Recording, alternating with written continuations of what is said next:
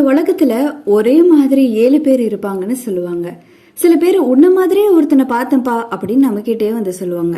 ஒருவேளை இதெல்லாம் உண்மையா இருந்தா, உங்க கூட எப்பயும் இருக்க உங்களை மாதிரியே அச்சு அசலா ட்வின்ஸ் மாதிரி ஒரு ஆர்டிபிஷியல் இன்டெலிஜென்ஸ் இருந்தா, அதையும் நீங்களே உருவாக்கலன்னு சொன்னா இப்படி இருக்கும். என்ன ஏதாவது சயின்ஸ் ஃபிக்ஷன் படம் பார்த்துட்டு வந்து பேசுறியா அப்படின்லாம் கேட்காதீங்க. நிஜமாவே அடுத்த 10 ஆண்டுல இதெல்லாம் நடக்க போகுதுன்னு ஆய்வாளர்கள் சொல்றாங்க. இப்படி நடந்தா என்னென்னலாம் ஆகும் வாங்க டீட்டெயில்டா இந்த வீடியோல பார்க்கலாம். இந்த உலகத்துல எல்லாமே டிஜிட்டலைஸ்டா ஆயிடுச்சு. கார், வீடு, ஏன் நம்ம கூட டிஜிட்டலைஸ்டா தான் இருக்கும். சமீபத்துல மெட்டாவர்ஸ் பத்தி கேள்விப்பட்டிருப்பீங்க. அதோட நெக்ஸ்ட் வெர்ஷன் தான் இந்த டிஜிட்டல் ட்வின். டிஜிட்டல் ட்வின்ஸ்ன்றது நிஜ உலகத்துல மனிதருடைய ஜெராக்ஸ் மாதிரி இருக்கிற ஒரு ஏஐனா ஆர்டிபிஷியல் இன்டெலிஜென்ஸ். அதோட வேலை என்னன்னா, நம்ம அடுத்த லெவலுக்கு, அதாவது நம்மளை மேம்படுத்துவதற்கு உதவி செய்யுமா. நம்மளோட ஃபியூச்சரை முடிவு செய்யற அளவுக்கு திறமை வாய்ந்ததான் இந்த ஏஐ. ஸ்டார்டிங்ல டிஜிட்டல் ட்வின்ஸ் 3Dல வடிவமைக்கப்பட்டு அதோட ஏஐ கனெக்ட் பண்ணுவாங்க. அதுக்கப்புறம் அந்த ஏஐக்கும் மனிதர்களுக்கும் ஒரு சென்சார் மூலமா கம்யூனிகேட் பண்ண முடியும்னு சொல்லியிருக்காங்க.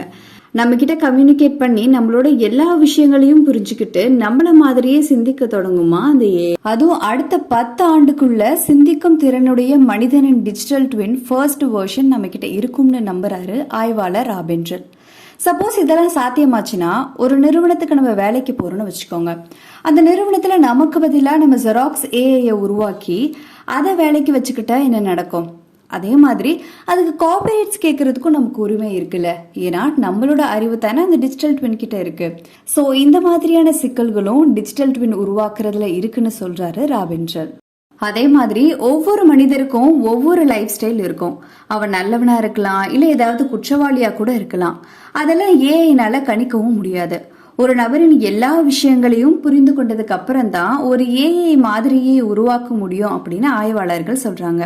ஆனா டிஜிட்டல் ட்வின் மெடிக்கல் ஃபீல்ட்ல ரொம்பவே பயனுள்ளதாக இருக்கும்னு சொல்றாங்க. அது எப்படின்னா, மனித இதயத்தின் துல்லியமான ஏஐ மாதிரியை உருவாக்கினால் அதே இதயத்துல மருத்துவர்களால் சிகிச்சை முறைகளை செய்து பார்க்க முடியும்னு சொல்றாங்க. லைக் ஒரு மனுஷனோட நிஜ இதயத்துல சோதிச்சு பார்க்குற மாதிரி அந்த ஏஐ இதயத்துல எக்ஸ்பெரிமெண்ட்டும் பண்ணலாமா.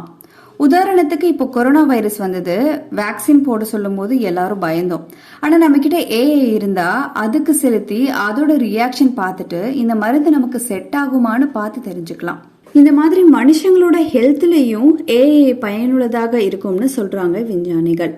விஞ்ஞானத்துல நினைத்து கூட பார்க்க முடியாத வளர்ச்சியை இந்த டிஜிட்டல் உலகம் உருவாகிட்டு இருக்கு. இன்னும் கொஞ்ச நாள் ஆனா இயந்திரங்கள் மனிதர்களை கட்டுப்படுத்தும் அளவுக்கு விஞ்ஞானமும் வளர்ந்து கொண்டு இருப்பதை நம்மளால புரிஞ்சுக்கவும் முடியுது. இன்னும் போக போக என்னென்ன மாற்றங்கள் மனிதர்களுடைய வாழ்க்கையில் வரும்னு பொறுத்திருந்து தான் பார்க்கணும்.